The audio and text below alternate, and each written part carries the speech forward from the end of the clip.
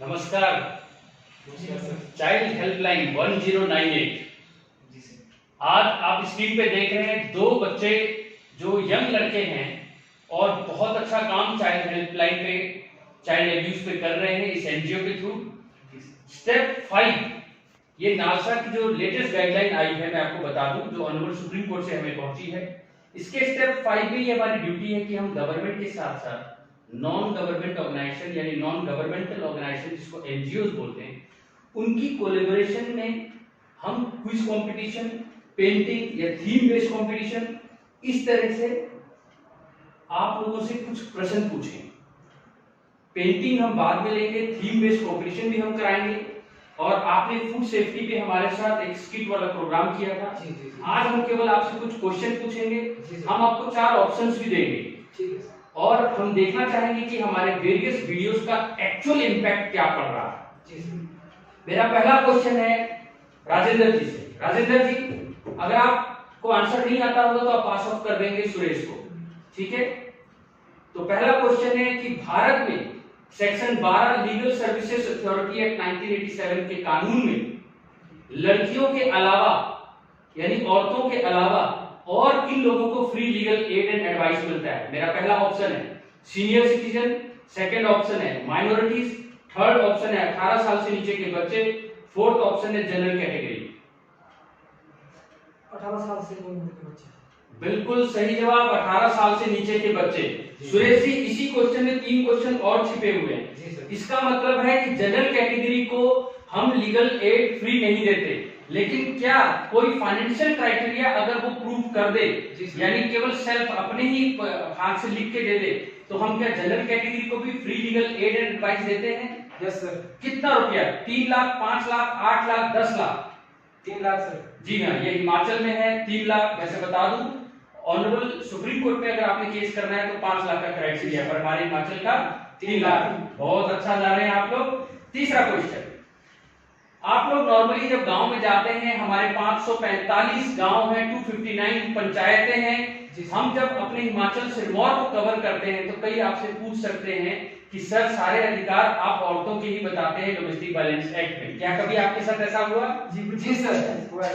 तो मुझे अब ये सुरेश जी बताएंगे कि क्या हिंदू हस्बैंड को या किसी भी हस्बैंड को अगर पत्नी कोई ब्लैकमेल करती है, मैं सुसाइड कर लूंगी या मैं तेरे साथ तभी रहूंगी, सेवा करूंगी जब तू अपने पति को अपने माँ बाप को छोड़ दे, क्या ये अपने आप में मेंटल क्रुएल्टी है? यस और नो? Yes sir. तो राजेंद्र जी बताएंगे। ऑनरेबल सुप्रीम कोर्ट का अगर केस लॉ याद हो, ये थोड़ी हमारी ज्यादा एक्सपेक्टेशंस है, पर क्योंकि ये बहुत ही यूनिक केस था तो मैं आपको 4 नाम लेना चाहूंगा। पहला उर्मिला बादशाह, सेकंड प्रीति गुप्ता, थर्ड प्रियंका श्रीवास्तव या फोर्थ नरेंद्र वर्सेस मीना?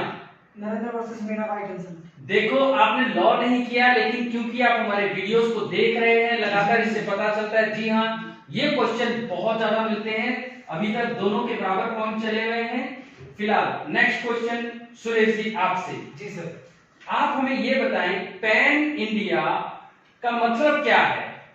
सारा भारत, अधूरा भारत, गरीब भारत या कुछ भारत? सारा भारत सर। सारा भारत, बिल्कुल, क्योंकि हम संपूर्ण भारत में ये प्रोग्राम चल रहा है। Quiz competition, skit, paintings, theme based competition, lectures, innovative तरीके से हम एनजीओज और गवर्नमेंटल ऑर्गेनाइजेशन को कवर कर रहे हैं। बिल्कुल ठीक है। पीएलवीज के बारे में आपने सुना है? जी सर। क्या फुल फॉर्म होता है पीएलवीज का बिना ऑप्शन के? राजेंद्र जी? सुरेश जी ऑप्शन देते हैं। Pan legal volunteer, para legal volunteer या पूरा legal volunteer? Para legal volunteer. बिल्कुल सही जवाब, पैरा लीगल वॉलेंटियर।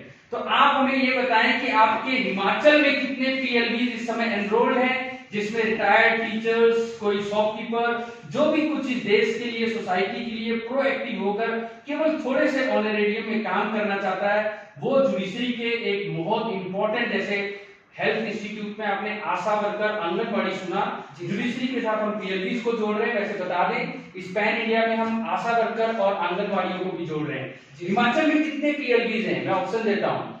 ये टफ क्वेश्चन है, पर देखते हैं आपको अवेयरनेस हो। जी सर। बता दूं, केवल 12 जिले हैं हिमाचल में, जिसमें जुडिशियल डिस्ट्रिक्ट केवल 11 है। इस 11 जिले जुडिशियल डिस्ट्रिक्ट में जो हमारे विंग बन के काम कर रहे हैं, आज 545 गांव या 259 लोकल अगर पंचायतों को हमने कवर करना है सिरमौर में। मैं पूरे हिमाचल का पूछ रहा हूँ कितने पीएलबी हैं? 284, 184 या 84? 284। बिल्कुल सही जवाब 284। इससे हमें पता चलता है कि जब हमें स्ट्रेंथ पता होगी कि कितने हमारे पीएलबीज हैं, कितना बड़ा हमारा टास्क है। क्योंकि जो मेरे पास ये पैम्फलेट आया है, कैंपेन मैंने जो डाउनलोड किया, 3 बार एटलीस्ट एक टेरिटोरियल जुरिडिक्शन को हमने कवर करना है। ठीक है, थके तो नहीं? नेक्स्ट क्वेश्चन के लिए तैयार हो? Yes sir. तो ये बताओ कि अगर कोई छोटा सा बच्चा, जैसे अभी राजेंद्र जी आपसे क्वेश्चन है, एक छोटी सी बच्ची जिस तरह बजरंगी भाईजान में इधर उधर भटक रही थी, ना उसके माँ का पता ना बाप का पता, और वो कोई भी एक्सप्लॉइट उसको कर सकता है, ऐसे बच्चों को जुवेनाइल जस्टिस एक्ट में क्या किया गया है, क्या कहा गया है? उनको सीनो कैप के नाम से। अरे आपने तो विदाउट ऑप्शन ही बता दिया। सुरेश जी फिर ये सीनो कैप क्या होता है? सर सीनो कैप का मतलब child in need and care and protection. बिल्कुल सही, child in need of care and protection. इसी तरह एक वर्ड, इस तरह हमने एक और वर्ड इजाद किया है, मीनो कैप। मीनो कैप, ये मीनो कैप क्या है? मेंटल हेल्थ से रिलेटेड है सर। यस, बिल्कुल। तो मुझे ये बताओ, अगर आपके नाहन जुरिडिक्शन में कोई ऐसा मानसिक तौर पे परेशान दिख जाए जो कि अपने आप को चोट पहुंचाए या दूसरे की जिंदगी को खतरे में, तो पुलिस वाले की ड्यूटी किस सेक्शन में है कि वो उसको उसके घर तक पहुंचाए, नहीं तो सरकारी घर जिसको हाफ वे होम बोलते हैं वहां पहुंचाए। ये सेक्शन 100 है, 101 है या 102 है? 102 है। नहीं, ये है section 100 mental health care act 2000। तो अभी आपका ठीक चल रहा है, कोई नहीं, कुछ गलतियां होंगी। ये है 2017 का कानून।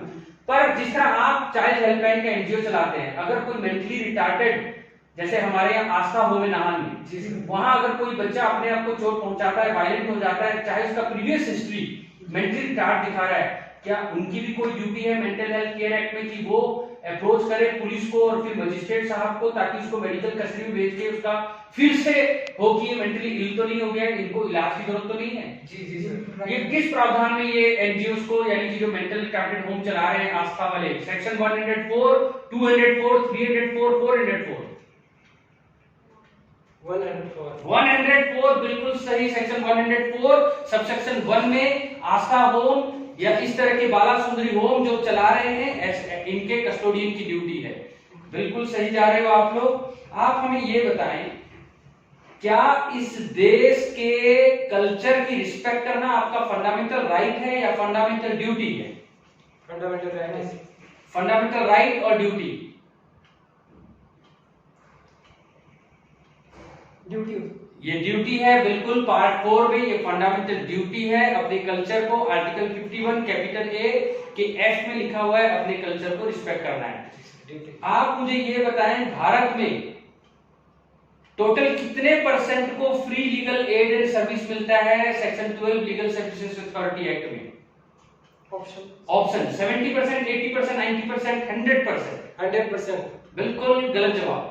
70% इज द करेक्ट आंसर, जिसमें औरतें हैं, बच्चे हैं, मानसिक तौर पर विकलांग, शारीरिक तौर पर विकलांग जिसको हम दिव्यांग बोलते हैं, दलित भाई, अनुसूचित जाति या जनजाति, और ओबीसी को कवर नहीं किया, माइनॉरिटी को कवर नहीं किया, जनरल कैटेगरी को कवर नहीं किया। लेकिन अगर इन तीनों वर्ग का भी 3 लाख से नीचे आए है तो हिमाचल में उनको भी free legal aid and service मिलता है।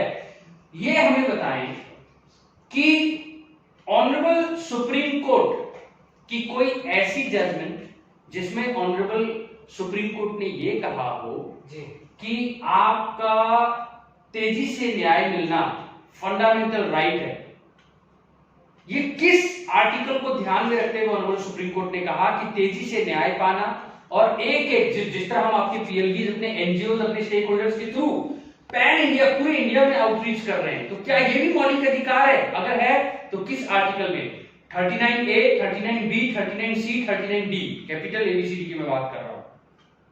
अगर आप हमारे वीडियो देखते हैं तो हम बार बार एक आर्टिकल का जिक्र करते हैं, ये सारा प्रोग्राम बता दूं उसी के आसपास घूम रहा है। वो आर्टिकल आप पीछे चार्ट में देख सकते हैं, वो आर्टिकल में नालसा का इंसिग्निया बना हुआ है, चिन्ह भी बना हुआ है, जहां आर्टिकल 40 और 48 भी लिखा है। उठे सुरेश, आप उठे, आपने संविधान का चार्ट पहले भी देखा है, कैमरामैन थोड़ा सा पास जाएं और जहां पर नालसा का इंसिग्निया है वहां पर फोकस करें।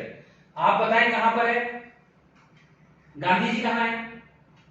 पूरे चार्ट में गांधी जी कौन से है? गांधी जी। हाँ, अब यहाँ ढूंढे आर्टिकल 39 ए कहाँ है?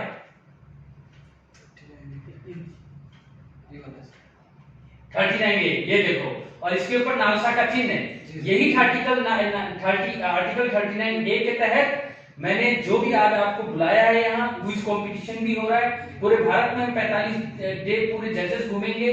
17,700 से 21,000 की स्ट्रेंथ है जजेस की, और इतने कम जजेस आपके पूरे भारत में जो 6.7 लाख गांव में बसता है। और कितने हैं पंचायत?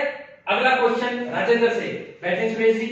2,75,000, 2 लाख या 1 लाख, कितने भारत में पंचायत है? 2,75,000। 2,75,000। और कितने गांव है? 6.8 लाख, 6.7 लाख, 6.5 लाख? सुरेश 6.8 लाख, 6.7 लाख। हाँ, तो इस तरह आपने देखा 6.7 लाख गांव में 80% लोगों को हम भारत में क्या देते हैं? फ्री न्याय। मुझे ये बताएं कि क्या दिव्यांग भाई को इस देश में कोई अलग से कानून देकर ये बोला गया है कि उनका पढ़ाई लिखाई भी बिल्कुल तारे जमीन पर के आमिर खान की तरह एक स्पेशल टीचर होगा, उसको कम्युनिटी से दूर नहीं रखा जाएगा, उसके एचआरडी पे इन्वेस्ट करेगी सरकार, और उसको भी जैसे पैरा ओलंपिक्स में हमने गोल्ड, इतने सारे गोल्ड जीते। तो मुझे ये बताएं भारत में क्या दिव्यांग भाइयों के लिए कोई अलग से कानून है? तो उसको बोलते क्या है? पहला mental health act, second mental health care act, तीसरा डिसेबिलिटी एक्ट 2016 या constitution of India? Second option is wrong. Suresh, नाम नहीं छिपा हुआ है। दिव्यांग भाई किस कानून में फॉल करते हैं? Disability act 2016। और ये बहुत इंपॉर्टेंट कानून है। मैं ये नहीं चाहता आपको एग्जैक्ट प्रोविजन याद हो, लेकिन क्योंकि आप एनजीओ चलाते हैं, एटलीस्ट आप लोगों से हम थोड़ा सा एक्सपेक्ट करते हैं लीगल प्रोविजंस की भी गाइडलाइंस हो। भारत में किसी भी लड़की के ऊपर अगर कोई इमोशनल अत्याचार हो, कोई कानून नहीं है, लेकिन अगर वो पत्नी है या बतौर पत्नी रही है, उसके लिए इमोशनल अत्याचार यानी एब्यूज पे भी मुआवजे का प्रावधान है। किस कानून में? Domestic violence act, Hindu marriage act, मुस्लिम मैरिज डिसोल्यूशन एक्ट या फिर constitution of India? Domestic violence act 2005। Suresh से मेरा अगला क्वेश्चन है। जी सर। हम देखते हैं नॉर्मली औरतें ये कहती हैं कि हम जज साहब के पास गए, मेंटेनेंस का अधिकार मांगा, और उसने तो, जबकि वो 10 लाख कमाता था, उसने झूठ बोल दिया और मेरे को तो 3,000 रुपए लगाया। तो बतौर पत्नी का स्टेटस जो है, मेरे वकील साहब भी ठीक से नहीं रख पाए और मेरे पति ने भी झूठ बोला, मुझे तो 3,000 मिल रहा है। क्या भारत में कोई इन सारी चीजों को कर्टेल करने के लिए जजमेंट आई है?